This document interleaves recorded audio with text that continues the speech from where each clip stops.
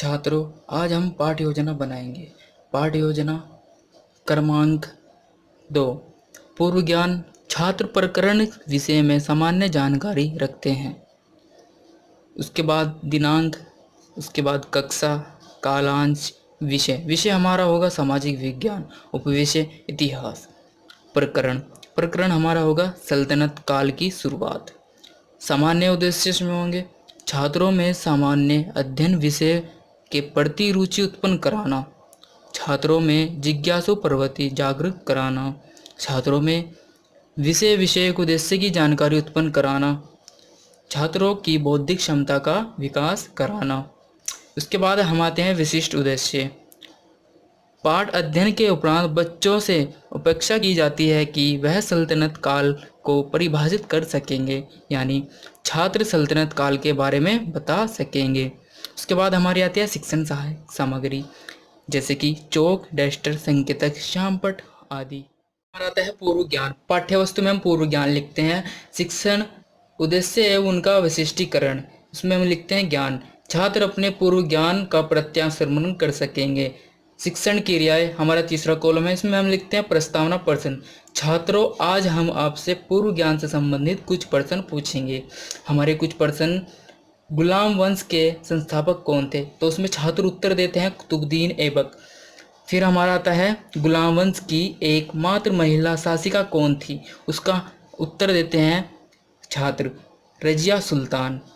फिर हमारा तीसरा क्वेश्चन आता है कुतुब मीनार किसने बनवाया? तो उसमें छात्रों को उत्तर नहीं पता होता तो छात्र निरुत्तर हो जाते हैं। हमारी ये एक विधि कहलाती है प्रश्नोत्तर विधि। हमारा आगे आता है टॉपिक सल्तनत काल। हम रुचि, छात्र नवीन ज्ञान पाने को उत्सुक होंगे। उसके बाद उद्देश्य कथन। छात्रों, आज हम सल्तनत काल के विषय में अध्ययन करेंगे। तो छात्र उद्देश्य केंद्रित होते हैं, ये हमारी कथन विधि कहलाती है। फिर छात्र अपने अर्जित ज्ञान का प्रयोग कर सकेंगे। विकासात्मक प्रश्न, यानी कि मोहम्मद गोरी की मृत्यु किस सन में हुई थी? तो छात्र उत्तर देते हैं 1226 ईस्वी पूर्व।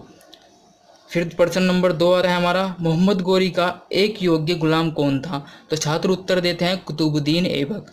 गुलाम वंश की नींव किसने डाली? तो यहाँ पर छात्र निरुत्तर हो जाते हैं। आगे हमारा आता है बोध।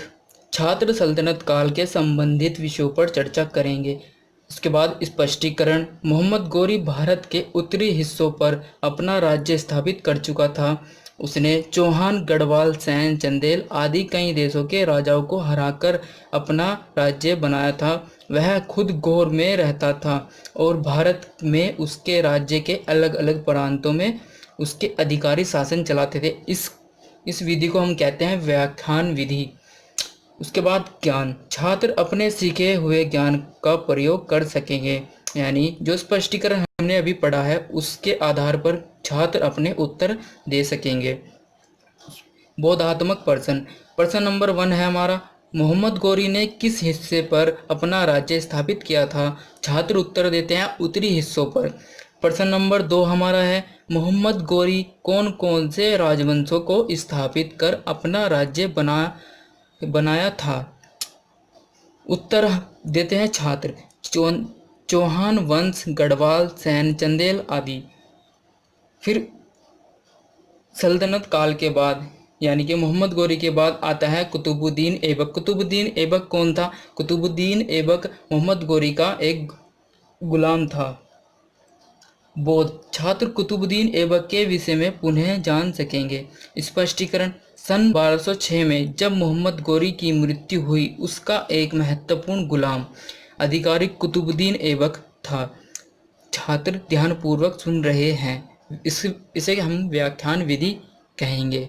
आगे हमारा आता है, उसने गोरी के राज्यों से अपना संबंध तोड़ दिया था और भारत में ही तुर्क राज्य को मजबूत बनाया। इस राज्य का सुल्तान ऐबक खुद बना। यह राज्य अब तुर्की सल्तनत कहलाया। अगले शासक इल्तुतमिश ने 1210 ईस्वी में शासक बनने के बाद दिल्ली को अपनी राजधानी बनाया। तब यह दिल्ली सल्तनत के नाम से प्रसिद्ध हो गया। उसके बाद ज्ञान शिक्षण उद्देश्य एवं उनका विशिष्टीकरण में हम लिखते हैं ज्ञान। छात्र अपने सीखे हुए ज्ञान का प्रयोग कर सकेंगे, यानी इस स्पष्टीकरण के आधार पर छात्र अपने उत्तर दे सकेंगे। बोधात्मक प्रश्न, प्रश्न नंबर 1 है कुतुबुद्दीन ऐबक किसका गुलाम था? तो छात्र इसमें उत्तर देते हैं मोहम्मद गौरी का। फिर प्रश्न नंबर 2 आता है हमारा, मोहम्मद गौरी की मृत्यु कब हुई? उत्तर देते हैं छात्र 1206 ईस्वी में। तीसरा नंबर है हमारा, कुतुब मीनार किसने बनवाई? तो छात्र उत्तर देते हैं कुतुब मीनार। के बाद हमारा आता है श्यामपट्ट सारांश। दक्षता, छात्र लेखन कला में सुधार कर सकेंगे।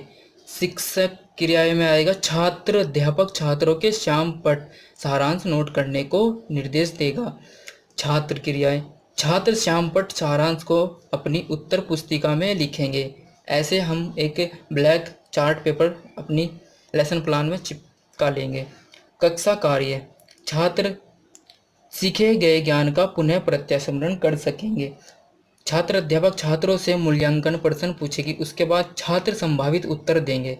प्रश्नोत्तर विधि, यह विधि प्रश्नोत्तर विधि कहलाएगी। मूल्यांकन प्रश्न हमारे ये होंगे, मोहम्मद गौरी किस में अपना राज्य स्थापित कर चुका था? हमारे ये मूल्यांकन प्रश्न है।